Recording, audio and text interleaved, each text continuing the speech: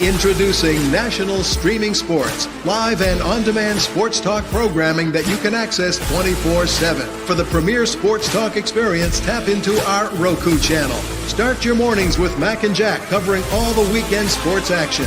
Then pour a cup and enjoy all the sports you can drink on the Coffee and Sports podcast. At midday, talk sports from east to west on the Coast to Coast podcast. Followed at night by some hot girl talk with Prim and Proper Sports featuring Sonia Pearson. Talk boxing on the Gloved Fist. Yankee fans tune in for Start Spreading the News. And there's more on the College Sports Huddle and Sports Scope with Robert Butler. There are 20 podcasts in all and 70 weekly shows giving us a 3.4-star viewer rating. To find us on Roku TV, search for National Streaming Sports on the Roku search bar. Click on the logo and you're in. National Streaming Sports, live and on-demand sports talk for America. It just might be the greatest sports franchise in the history of sports. A place where legends are made, and there's always something to talk about. Get ready to immerse yourself in pinstripes. Start Spreading the News, hosted by Paul Semendinger and E.J. Fagan, a couple of doctors with a prescription for Yankee fever. And now, here's Dr. Paul Semendinger and Dr. E.J. Fagan. Get ready to start spreading the news. And welcome, everyone, to the Start Spreading the News Yankee podcast, Monday night, May the 12th, 2025. Our good friend, Dr. EJ, is not in the house. Dr. EJ right now is boarding an airplane to head back home. EJ, as you know, lives in Chicago, but he grew up in Ramsey, New Jersey, and he was visiting his family, his mother especially, for Mother's Day over the weekend. And I had the great pleasure of getting to meet EJ, his wife, his dad, and little EJ, his 8-month-old baby. I spent some time with them this afternoon, and it was great. As I mentioned last week, oftentimes we do these shows and we never get a chance to really meet the people we're doing these shows with. We know each other and we have professional relationships across a screen, but we don't get the human-to-human interaction. And today I had that pleasure of getting to meet EJ. We took his baby for a walk around his old neighborhood, and it was just great. And so that was an absolute thrill, but obviously EJ won't be with us tonight because he's flying home. I do want to mention my good friend J.B. Mannheim. J.B. just published a book called Field of Schemes. This is the 6th book. There's a little 6 right there on the top of his series of baseball adventures. It begins with this book, This Never Happened. And it then goes to The Gatekeepers. It moves on to Double Day, Double Take, moves us to The Federal Case, and even involves a little Thomas Edison with The Keystone Corner. This is the 6th book in the series. I've obviously read them all. I really enjoy J.B. Mannheim's wonderful work, and I highly recommend this terrific series of books. These are published by Sunbury Press. Sunbury Press will actually be publishing my next book on the Battle of Gettysburg, which is slated within the next year or so to have volume 1 of what will be a 3-volume series coming out. But of course, these programs are also brought to you by Artemisia Publishing. Artemisia Publishing can be found at apbooks.net, and they publish a host of great books, including the award-winning novel, Scattering the Ashes, including the wonderful motivational book, 365.2, Going the Distance, including From Compton to the Bronx, Roy White's autobiography written with me, and of course, also award-winning, The Least Among Them. If you haven't checked out any of those books or any of the other many books at Artemisia Publishing, you should. They have an absolutely phenomenal collection of great books. But tonight, since EJ won't be with me, I have a very special guest, my wonderful son, Ethan Semendinger. Ethan, how are you tonight? I'm doing well, Dad. How are you? I am doing great. Of course, Ethan, you write for Start Spreading the News, and you are also the technical wizard behind the scenes. You set up the website a couple of different times, each of the website iterations you created. And you write often. You're usually the guy who does our quick hits after the game. And so I figured, Ethan, today we would start off by talking about the Yankee lineup. We can't talk about the game. Obviously, we can't publish a game anyway, but we can't talk about the game because the Yankees are all the way on the other side of the country. I hate West Coast games. Doesn't start till 9:40. That's when I'm just about getting ready for bed. If they're in Seattle, and the Yankees are 23-17. The Mariners are 22-17. Right there. What do you think? What do you foresee for this series? Do you think the Yankees are going to rise to the challenge, or do you think, well, against a really good team so far, they might wither under the pressure? Well, the Seattle Mariners have been, in my opinion, a little bit of a surprise story this year. They've been hovering around contention in the playoffs the past few years in the AL West, and so they will provide uh, a formidable opponent for the Yankees in this upcoming series, starting later tonight in about an hour or so. Um, However, I do think the Yankees are posed to match up well against Seattle.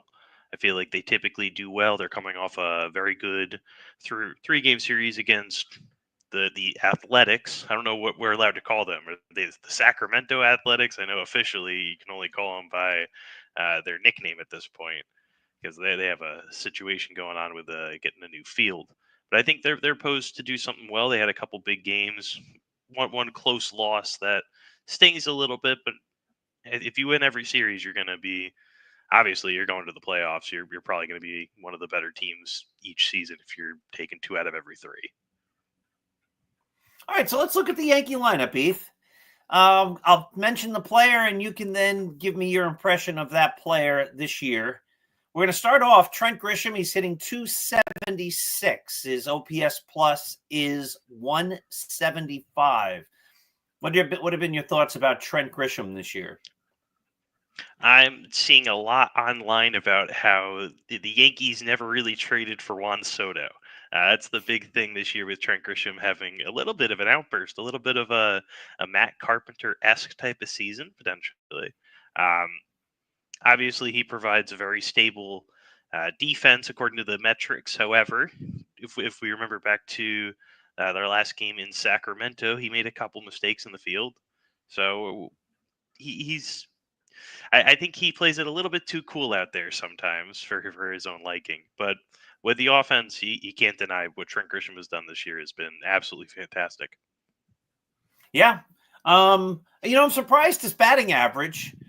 It's dropped down to 276. He was hitting like 5 million just a few days ago. So I wonder if the hot streak he was on is starting to, if he's turning into a pumpkin. He was performing well above what anybody expected. He's hit under 200, I think, for each of the last 3 seasons. And is he regressing to the mean? That would be the big concern.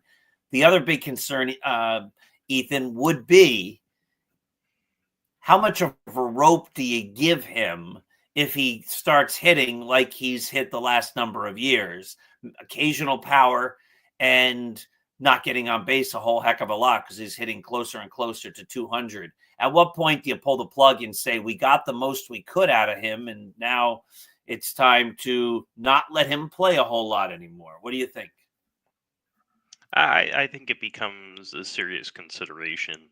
Probably if his average starts to drop down to 250, 240, I think is when those discussions will start back up again, provided it happens. And obviously we hope for the best. We hope he starts, gets a hit every single time. That'd be awesome. But the Yankees had a plan going into the season. Trent Grisham was going to be the defensive sub for Jason Dominguez, as he's still trying to get acclimated to playing a new position.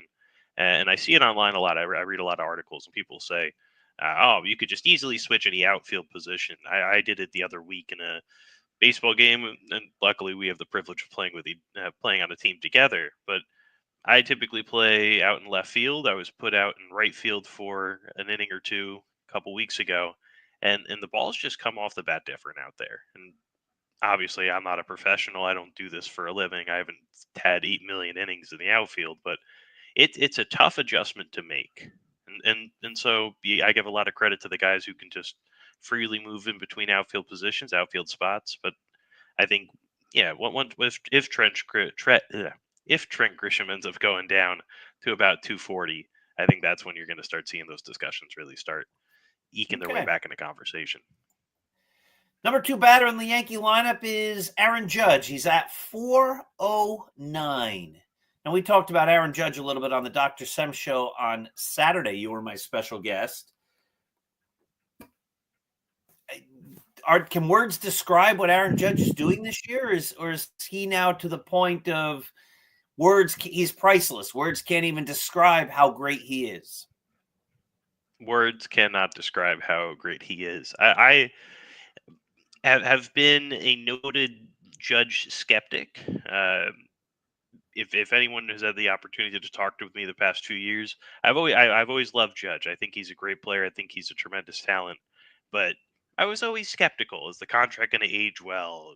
Is he even worth all the money he's making? And I think this year he's put me to shame, to put it lightly. He is on another level. Everything that I see is he is learning how to perfect his craft down to an infinitesimally small percentage of messing up. He is becoming. I think Brandon Goody put it up recently. I think he's becoming slump proof, which is just insane to think about with a player of that caliber talent. Just with power. It's hard to imagine a player like that being slump proof, considering we've seen Aaron Judge before, 10 home runs in a month and then go quiet for a while. If he can avoid that, he very well may be the best right-handed hitter I've ever seen in my life. Yeah, and that includes A-Rod, Albert Pujols, Vlad Jr. There have been a whole bunch of good right-handed players you've seen, but Lincoln Mitchell had an article on Start Spreading the News today that came from his Substack, where he makes the argument that if Judge actually pulls it off and hits 400, that will be the greatest season any right-handed hitter ever had. And that includes guys like Rogers Hornsby and Jimmy Fox and Hank Greenberg and Willie Mays and Hank Aaron, etc. So, Ethan, you and I are in agreement on this, that the Yankee Mount Rushmore is Gehrig, Ruth, DiMaggio, Mantle. And we've talked long and hard about this, that you cannot knock any of those guys off. I wrote about this a couple weeks ago. If Judge has a monster season, they're going to start saying that DiMaggio doesn't belong in that Mount Rushmore because his numbers won't stack up.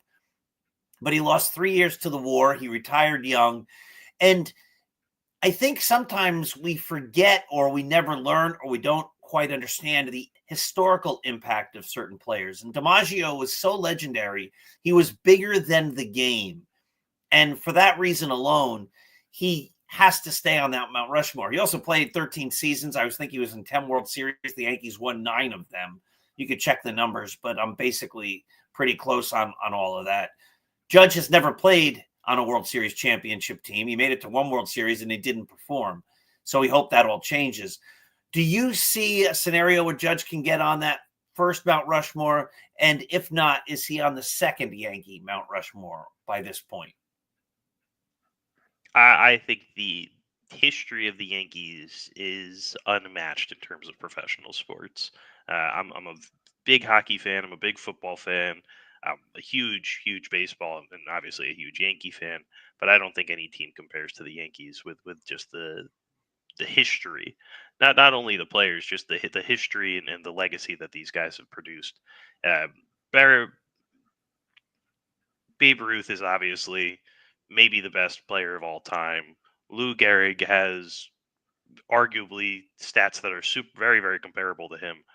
Mickey Mantle is impossible to replace. Joe DiMaggio would be the short straw in that discussion, but I don't think his legacy will be able to be matched by Judge, especially if he doesn't provide a ring. The question for Judge, his stats could match up, but if he does not become a championship player, nothing will matter. You play the game to win. You play the game to win Part rings, of the and if Yankee he doesn't legacy do is that, winning. Maybe if you take guys with those same statistics and you say they're Kansas City Royals or California Angels or something, you might go, "Oh yeah, Judge makes it." But the thing about Garrett, Ruth, DiMaggio, Mantle is they won multiple World Series, and basically for most of their careers, they were in the World Series as Yankees. So, Ethan, give me your second Yankee Mount Rushmore. Is Aaron Judge on there? 1, 2, 3, and 4? 1, 2, 3, and 4. Mariano Rivera, clearly, I just and wrote I think that. that goes to solidifying. If Judge does not become a winner, Mariano Rivera is the greatest closer, greatest reliever in baseball history, and he can't even crack the list. So it's a very tough list to break, and I don't think anyone disagrees there. Then it becomes a really difficult discussion. Where do guys like Yogi Berra match up? Potentially Bill Dickey. I think he might be a little bit worse to put on that list. Whitey Ford, the best pitcher the Yankees ever had, potentially could be on there. Derek Jeter, obviously, he has the legacy. I think he is a clear lock. 3,000 hits as a Yankee, the only one to do that. I think Jeter and Rivera have pretty clear holds on those positions.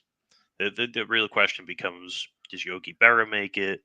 Whitey Ford and Aaron Judge could be in that discussion. Yeah, I agree with you. At this point, I'd make it Mariano, Jeter, Berra, and Judge. I think right now Judge would knock off Whitey Ford. The thing about Yogi also is he won 3 MVPs, and I mean, people just don't realize that. Again, you look at his stats and you go, maybe you're underwhelmed, but in his day, he was known as one of the most important Yankees, maybe the most important Yankee, winning all those MVPs. All right, so I think before we go on with the lineup, because we just get talking and time flies. There's so many things I want to talk about. I think you were going to play a little trivia with me, and this is going to be hard. You gave me a preview. Obviously, I didn't have time to look up any of the answers. So lay it on me, and let's see if together I can't, with some of your hints, maybe figure these answers out, because this one's tough. So 7 players in the history of the Seattle Mariners and the New York Yankees have spent their entire major league career between just those 2 teams. I have 3 of them I think you'll be able to get easily, maybe 4. I'd even argue 4. 4 should be pretty easy. The couple of these guys I'm even having trouble thinking about in my legacy. So we'll go alphabetically. The first guy was a Yankee for 2 seasons, from 2015 to 2016. He was acquired by the Yankees actually in 2015 from the Seattle Mariners. He was an infielder. Spent his time with the Mariners from 2011 through 2015, and then was, I believe, traded at the trade deadline. I'm going to look that up on Baseball Reference to make sure. And then he ended his career with the Yankees in 2015 and 16. Tried to stay around, never made the majors again. After 2016, he was done. Wow, and you're going to give me his initials or no? Yeah, if you want them, I'll give them to you. Dustin Ackley. Initials, Dustin Ackley, very good. Wow. Yes. Sometimes when we play these games, they just come to me. Wow. All right. I'm 1 for 1. I didn't need the initials. All right, good. That was pretty impressive. Okay, Was that one of the ones? Was that one of the ones you were going to give me that I was going to get, or was that a one I couldn't get? That was one you could get. Oh, we're going to go I through thought the that ones was you could get. All right. Because remember, when he became a Yankee, everyone talked, oh, the Yankees are getting this former first-round draft pick. He's going to be great. He never was. He wasn't in Seattle. No, he quite fortunately couldn't pull it off in New York. Speaking of, we're going to go with another one of these types of talents. This player spent 1 year with the Yankees in 2011, Then was traded to the Mariners, spent 4 years there from 2012 to 2015. Ended his career at 25 years old. Never amounted Jesus to what was Montero. expected. Very good. All right. Yes. Another one I of these took your guys. brother to a game when Jesus Montero hit 2 home runs, and I kept telling him, Alex, you're watching greatness. They would Yankees traded him for Justice Sheffield, and it didn't work out. No. As They I traded him recall. for. Was that Sheffield or was that? It was the other guy, wasn't it? Wasn't Sheffield in that deal? Oh, Pineda, Michael Pineda. Pineda. I was going to say Yes, Ivan I'm wrong. Nova. And I always got them Sheffield confused. went from the Yankees to the Mariners. Sheffield was in, I think, the one of those trades at the deadline in 17 or 16 when they traded Chapman and all those guys. Yeah, I'm wrong. All right, I'm 2 for 2 on the Yankee Mariners, though. Let's keep going. Okay. The next player, I already had this set up. Next player was a Yankee for 1 year in 2018. Was traded to the Mariners that off season. Was traded to the Mariners as part of a bigger trade. Stayed with the Mariners through 2022, and then was out of baseball by 26. At He was a 26 years pitcher. old. Wow. What's his position? Pitcher. He was traded, if you can remember this, he was traded for Andrew Miller at one point, and then the Yankees shipped him off for James Paxton. Oh, is that Justice Sheffield? That's Justice Sheffield. Wow. All right, I'm 3 for 3. Let's go. Okay, next guy. Are these in alphabetical order? I was gonna do that. Now I've changed my mind. We're just Oh, okay. having fun. Because there's a guy I'm thinking of who would be before Sheffield. So, Oh, there's a couple. The all next right, guy has notoriety. Let's put it that way. Jay Buhner. Yes.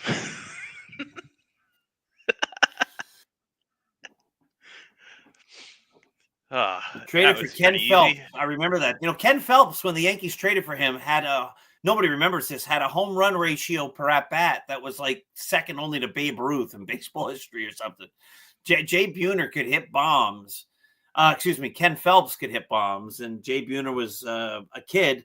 I didn't like the trade at the time. I was in college. I remember if you ask my old roommate, Dan, what do you think? What I thought about that trade, I thought it was a terrible trade. But I did like Jay Buhner, and I think his previous year's Stratomatic card had home runs all over the place. So he was a power hitter. All right, let's keep going. That's 4 out of 7.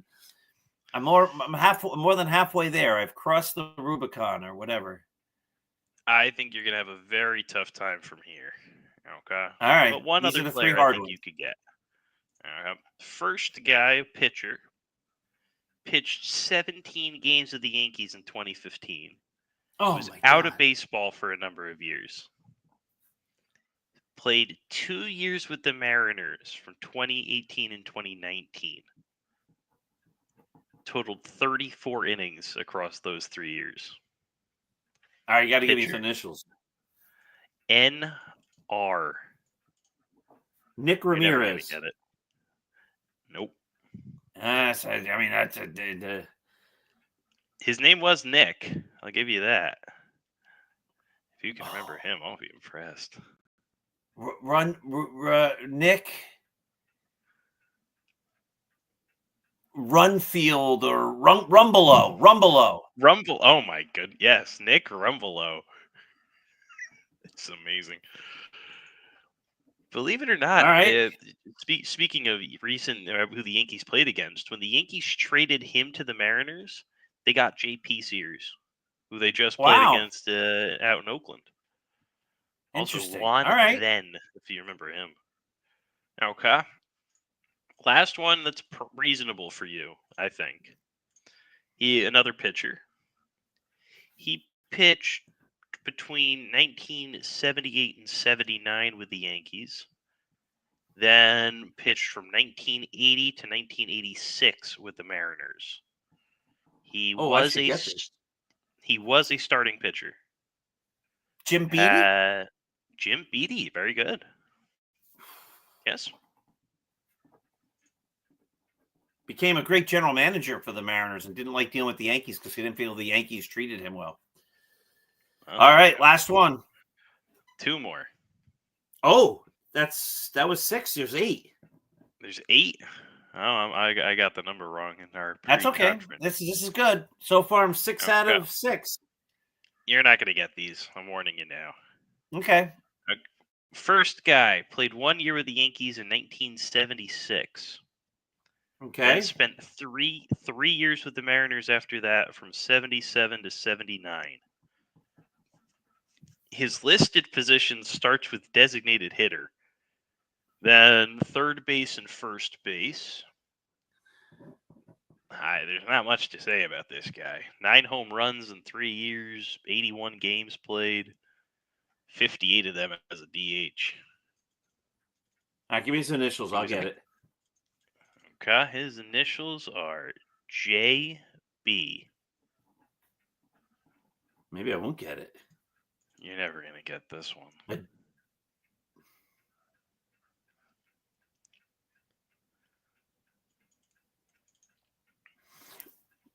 See, when you're in my wheelhouse, when you say modern guys, I'm much worse at modern guys. Usually, if you're talking 76, 77 to 79, you sure it's JB? JB, yes. A Yankee in 1976, who's Played mostly 10 games with them. How many? 10 games with the Yankees. And then he played from 77, 78, and 79 with the Mariners. With the Mariners, yep. He was not a good DH, I'll tell you that. It's interesting. This is the third different guy who played for the Yankees and the Mariners whose initials are JB. You have Jim Beattie, Jay Buhner. You also then have Jesus Montero, Justice Sheffield. There's something about a name that begins with the letter J. Yeah. Juan Bernhardt. I don't know how you figured that out. It just comes to me, baby. I don't know where you even heard of him before. Well, because I collected all these baseball cards. I start going through. All right, Juan Bernhardt. That is ridiculous. Last guy. If you were going to write another book about guys who only spent 1 game with the Yankees outside of the rest of their baseball career, this guy would be on the list. 1 game with the Yankees in 1979. Domingo Ramos. 5 games with the Mariners in 1980. Is it Domingo Ramos? It is not. Oh, see, that was the guy I was thinking of. He was a pitcher. 1 game with the Yankees. What year? 1979. What position? Pitcher. Oh, I was hoping it was going to say catcher. I was thinking, all right, he's a pitcher. He pitched 1 game for the Yankees. And then 5 games with the Mariners in the 80s, 1980. He pitched 5 games for the Mariners in Give me his initials because I have no clue right now. R.A.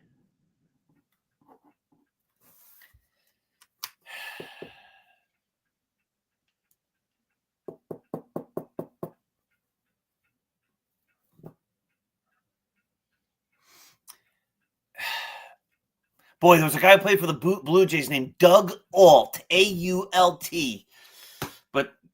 And in my brain, anybody my age would think the same thing, Ethan, where they'd say, when you think of Blue Jays, like when you mentioned the DH, the first guy that popped into my head was a guy named Otto Velez, who was a Yankee for a brief, shiny moment, probably around 76, 75, 74, who then went to the Blue Jays and was basically a DH. The Blue Jays and the Mariners both came into the American League in 1977. And so they were both brand new teams when I started rooting. And, all these years later, 40 years later, whatever, they sort of get, maybe it's more than 40 years, maybe it's 50 years. They sort of get conflated in my head. I start to think the same guy. So I was thinking when you mentioned a guy who didn't really have a long year, I'm thinking Doug Ault. I'm thinking Danny Ainge, but he was also a Blue Jay. And he was never a Yankee anyway. Neither was Doug Ault, I don't think. I don't think I can get this one. If you gave me his first name, I might be able to pull it out, but I think I'm sort of up the creek here. His first name was Rick. Rick Anderson? I don't know how you figured that. I don't know. How have you heard of Rick Anderson? Well, I study this stuff. Rick Anderson. I have to be honest. If you had said Anderson, I would have come up with Rich.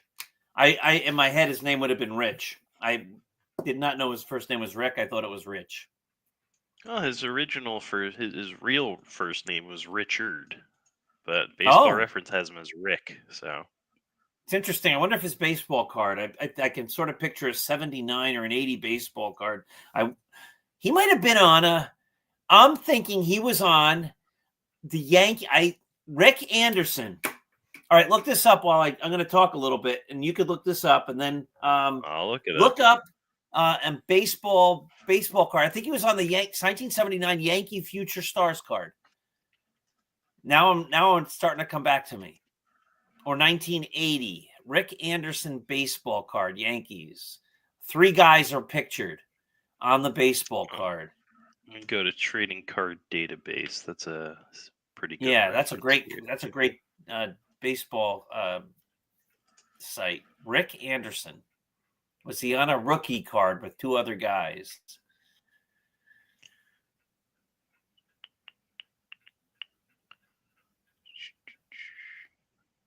I might have the wrong Rick Anderson here. You might, it might have been a couple. So as Ethan's looking this up, one of my pet peeves, of course, as everyone knows, is I feel the Yankees refuse to go, and some people on the Yankees site start spreading the news, get mad at me because they say define all in. All in to me means you head into the season with legitimate major leaguers at every position who you have the sense are going to be very good, right? Like the Royals might not be able to go all in. The Blue Jays even might not be able to go all in, though the Blue Jays have more money than most people realize. But the Dodgers, the Yankees, the Mets, the Red Sox, those teams I think should go all in. Like you don't leave anything to chance. There's always chance. The team that I see always going all in is the Dodgers. And so I just got a report. Ethan's going to read his stats in a minute. Am I right that Anderson's on a triple card? He was on card 282 of the 1981 Topps set. Oh, The 81. Mariners Future Stars with I'm gonna mess these guys. Well, Rodney Craig, outfielder, and Greg Berkovitz. Oh, don't even remember. So I'm thinking of a guy on a 79 card. So I thought I picture him on a Yankee card. So I'm wrong about that. So Ethan, I just got a report, saw it on Twitter, that if he becomes a free agent, the Dodgers, who I feel is a team that goes all in continually, you can't question that the Dodgers' lone mission is to win. That's what they do. They are designed to win. They get the best players. I've made this point many times, many times. I don't expect the Yankees to win the World Series every year. I do expect the Yankees to put the best possible team on the field every year. And I just don't feel they do that. They come close, but they always leave positions that are questions, like third base this year and the outfield a couple of years ago, where they say, we don't know what we're doing, but we'll figure it out. And look, if guys all get hurt, if you have Gehrig, Lazari, Rizzuto, Nettles as your infield, forgetting time, if you could travel through time and just pick Yankees, and then all 4 of those guys get hurt, I'm not going to be mad at the Yankees because they put out the best possible team they could.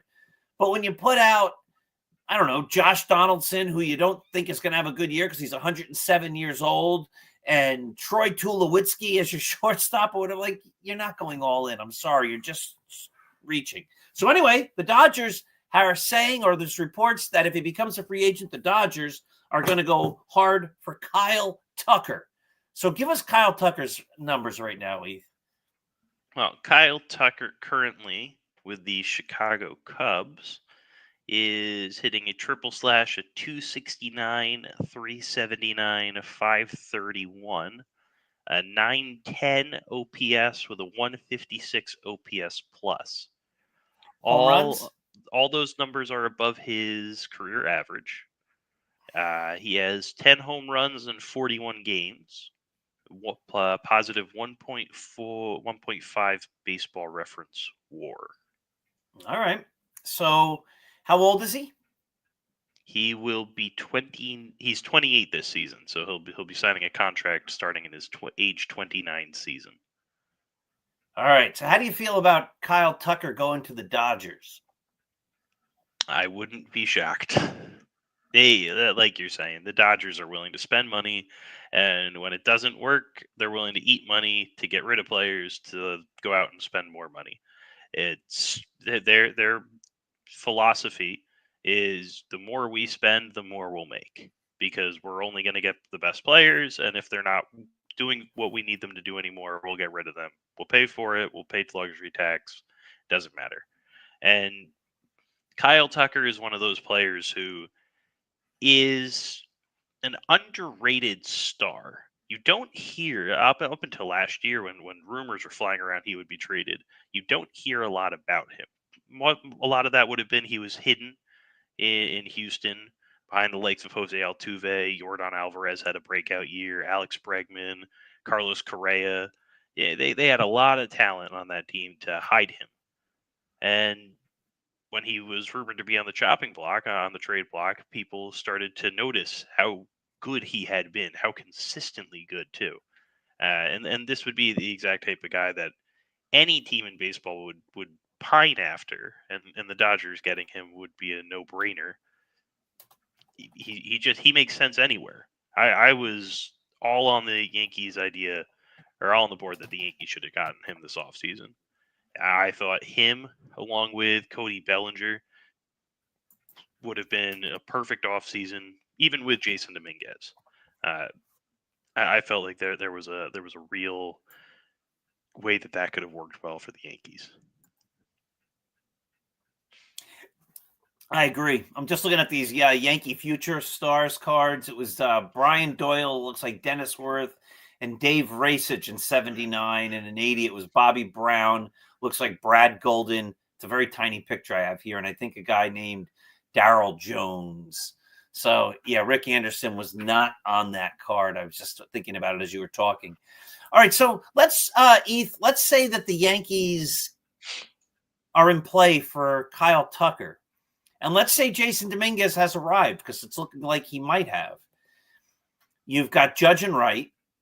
You're going to have Dominguez in center or left. You're still going to have a year of Cody Bellinger. Do you go hard for Kyle Tucker? Yes. I do. Do the Yankees is the bigger question. They're a very hard franchise to pin down what they're going to do. I think ahead of this offseason, if you said the Yankees were going to go out and get Max Fried, sign him to a big deal, I think very few people were on that radar. I wasn't until very late. I've started to look at his stats and say this could be a really good player for the Yankees to get. Though my eyes were elsewhere. Alongside that, with Cody Bellinger and Paul Goldschmidt being the three players the Yankees got this offseason, most people, I was one of them, were a little underwhelmed. And especially with Kyle Tucker being out there. If he is available, if the Cubs do not find a way to re-sign him, he will be making $400 million, and I think it's a worthwhile $400 million to spend. He 29 years old. I would have preferred they sign him to an extension this year. Figure out a way you get an extra year at the beginning. You offer a ton of money up front. But I think you could make it work. Bellinger could always slide back to first base with, I think Goldschmidt's only on a 1-year deal. So that provides your positional flexibility. Dominguez, if he's not great in left, maybe putting him back where he's played his entire career in center. Maybe that'll work. Judge is more Kyle than capable Tucker a as a center right fielder? fielder. He's played very little. 5 games, 29 innings. And so he's more of a left fielder, right? much more. He basically 4,800 innings in right, and then 500 Oh, innings in left. yeah. That's For the the only Yankees, he'd have to play problem. left. For the Yankees, he'd have to play left, yes. And I wouldn't get him with the expectation of moving Judge back to center. That would not be the idea. At this No, point, Judge is your right fielder, and then he becomes your DH towards the end of that contract. But Kyle Tucker, if he was willing to move to left, Dominguez in center, Cody Bellinger at first, I think you're looking at a very solid team.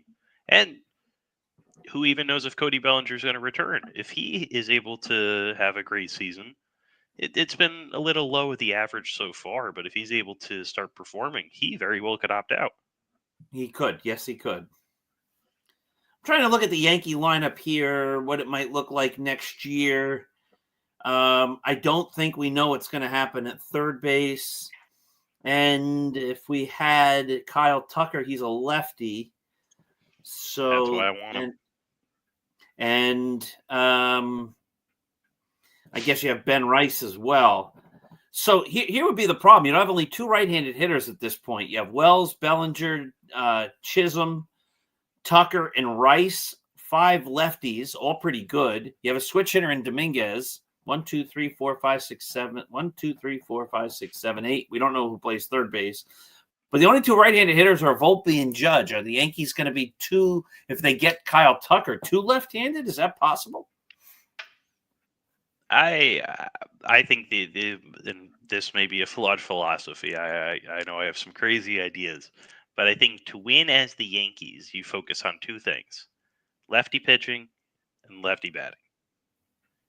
You keep the opposing left-handers off their toes so they can't take advantage of the short porch and right, and you crush other teams' right-handed hitters or right-handed pitchers. I apologize, because naturally most people pitch right-handed. It's a reason why a number of years ago the loogie, the lefty only reliever guy, right? He was that was a position in the bullpen because having someone throwing left-handed was unique. It was a little bit of a skill set before they implemented the 3 batter rule and all that, and things have shifted since. But I think as the Yankees, you take advantage of being a left-handed heavy lineup. It wouldn't play, in my opinion, negatively. Add in Fenway Park plays favorably to left-handed hitters. Camden Yards plays favorably to left-handed hitters. Maybe a little bit less now that they bumped that wall back as because of Gleyber Torres, and now they're moving it back forward again. They're messing up their left field. Toronto, I mean, Toronto's a pretty standard ballpark, but I think the American League East is a left-handed hitting haven, and being overly left-handed would not be a problem for me. All right, sounds good. Now I'm going to give you a hot take that's going to surprise you. And I think we'll end the show with the big surprise. We'll get your opinion. You can tell me if I'm wrong or not. Jazz Chisholm's hurt. And it doesn't look like Jazz is coming back for a long time. I read a report today that he's got multiple oblique tears. And you just can't come back quickly from them. And they're thinking July, maybe later. Like this could be big time injury. You're not going to see Jazz Chisholm anytime soon. So Jazz Chisholm being hurt leaves the Yankees with Pablo Reyes or Yorbit. Vivas. I can't think of his name. What's that? Vivas. Yorbit. Oh yeah, Vivas. I have it right here. Yorbit Vivas, right? Or Oswald Peraza at second base. I'm underwhelmed completely. And coming off the DL tomorrow, supposedly it's going to be DJ LeMahieu, who's been terrible the last couple of years. But you know what? Absent of any other alternative, Ethan, hope you're sitting. I think DJ LeMahieu is the Yankees' best option for second base going forward till Jazz Chisholm returns. Am I crazy?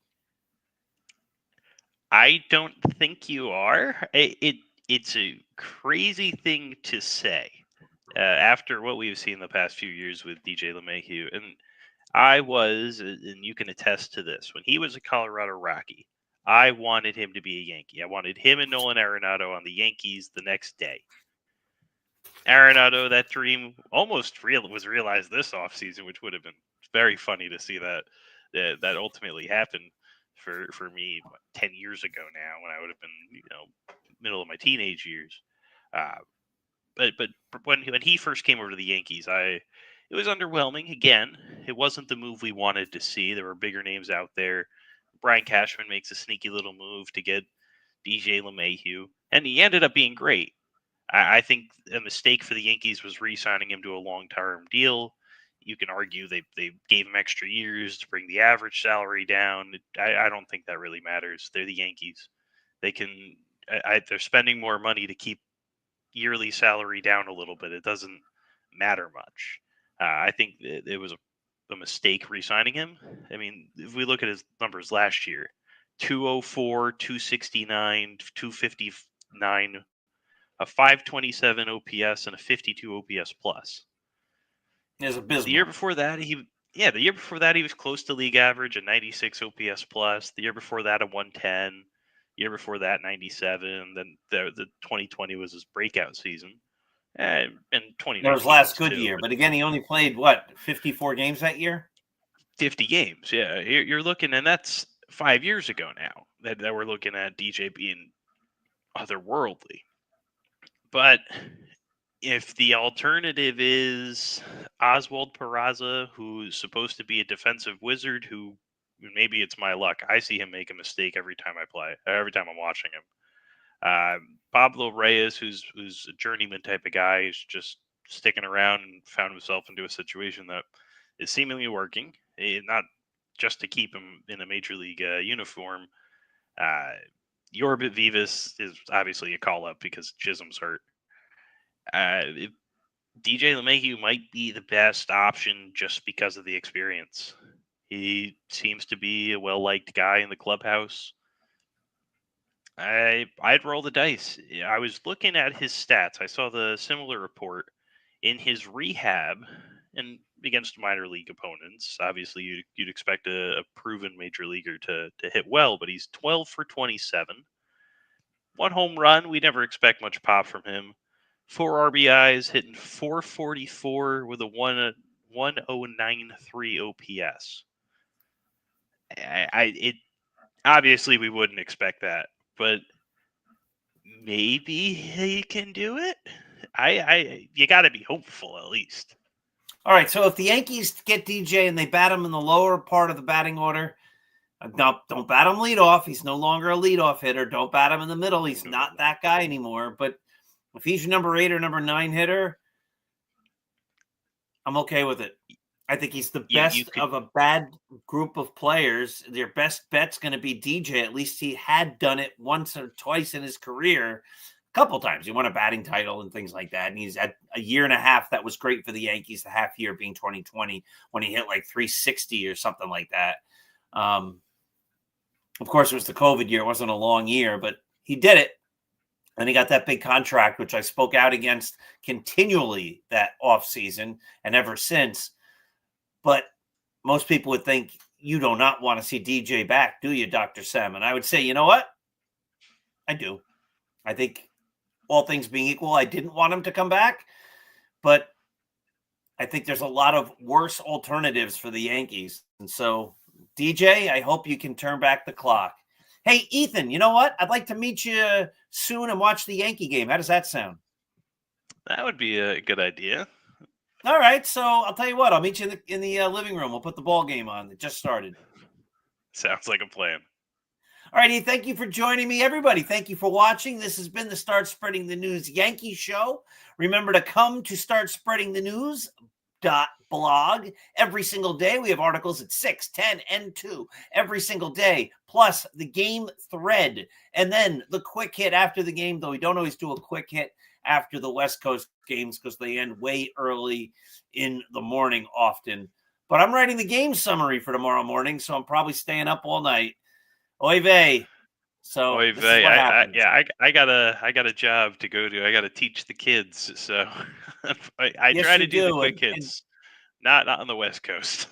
Not on the West Coast. And of course, I'm retired, though I've been working the last couple of weeks, having to get up early, but I'm not working tomorrow. It just worked out that way. And I drew the short straw, which means I've got to write the game summary. So I got to see this ball game, and it already started about 5 or 8 minutes ago. So thank you for watching, everybody. Have yourself a great night. Tune into the Dr. Sem Show Saturday mornings at 7 a.m. and this show every Monday night from 9 to 10.